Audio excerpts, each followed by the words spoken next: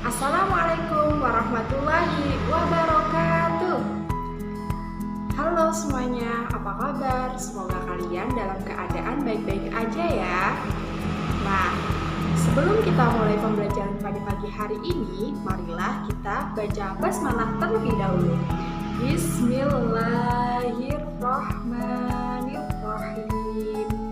Nah, ada yang tahu kita hari ini belajar apa, anak-anak?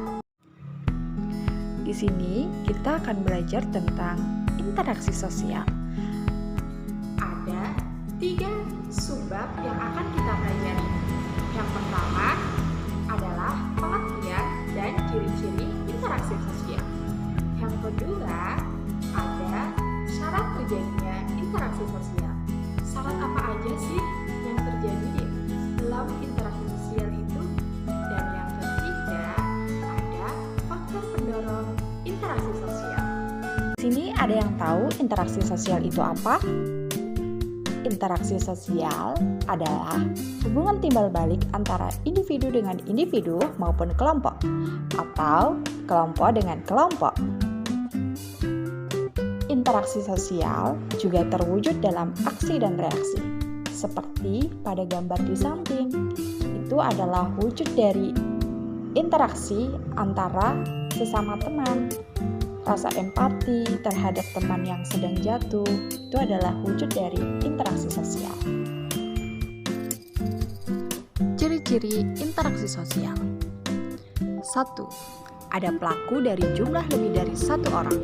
2. Ada komunikasi antar pelaku dengan menggunakan simbol-simbol. 3. Ada dimensi waktu yang menentukan sifat aksi yang sedang berlangsung. 4. Ada tujuan-tujuan tertentu. Syarat terjadinya interaksi sosial jika memenuhi 2 syarat. Nah, syarat tersebut yang pertama, kontak sosial. Kontak sosial adalah upaya hubungan antara satu pihak dengan pihak lain. Yang kedua adalah komunikasi. Komunikasi adalah suatu proses penyampaian dan penerimaan pesan, ide, atau gagasan. Nah, syarat yang pertama interaksi sosial yaitu kontak sosial. Kontak sosial dibagi menjadi 2. Yang pertama, kontak sosial primer. Kontak sosial primer yaitu merupakan hubungan timbal balik antar individu atau antar kelompok yang terjadi secara fisik, tatap muka. Nah, seperti yang kita berikan, yaitu kontak sosial primer antara guru dan murid. Nah, yang kedua adalah kontak sosial sekunder. Kontak sosial sekunder merupakan hubungan timbal balik antar individu atau antar kelompok melalui perantara, seperti komunikasi melalui media seperti telepon, chatting, ataupun menyampaikan pesan lewat orang lain. Nah, ini adalah contoh dari kontak sosial sekunder. Sedangkan syarat yang kedua adalah komunikasi. Komunikasi verbal dan komunikasi nonverbal. Komunikasi verbal adalah merupakan bentuk komunikasi secara lisan seperti berbicara, dan komunikasi nonverbal merupakan bentuk komunikasi dengan menggunakan simbol-simbol atau gestur tubuh. Nah, ini adalah contoh dari komunikasi verbal, yaitu berbicara dengan lawan bisnisnya. Kita berbicara tentang bisnis.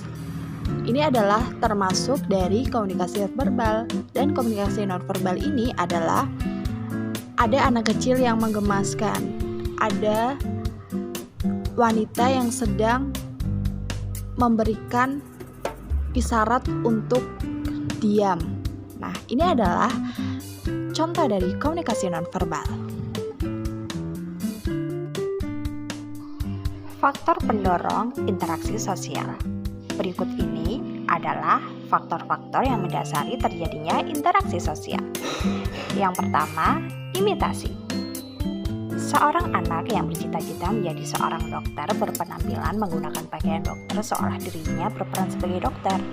Ini adalah bentuk dari imitasi, yaitu meniru dan mengikuti perilaku orang lain. Faktor pendorong interaksi sosial yang kedua adalah identifikasi. Seorang pria asal Indonesia yang bernama Adam Jackson secara keseluruhan menyerupai sosok sang idola Michael Jackson.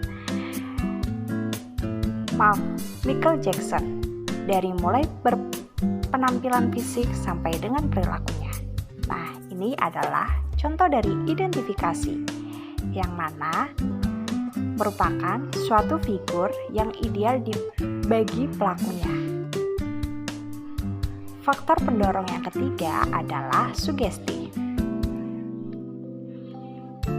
Nah, terpengaruh oleh tayangan di televisi atau media sosial sehingga membuat penontonnya melakukan suatu tindakan berdasarkan tayangan yang ditampilkan.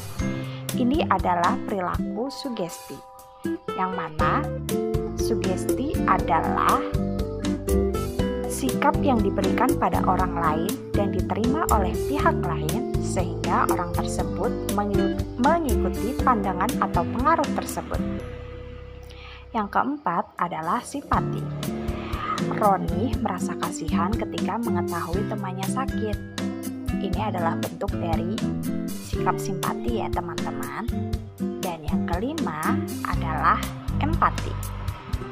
Aldi menolong temannya yang terjatuh dari sepeda motor hingga membawanya ke rumah sakit terdekat.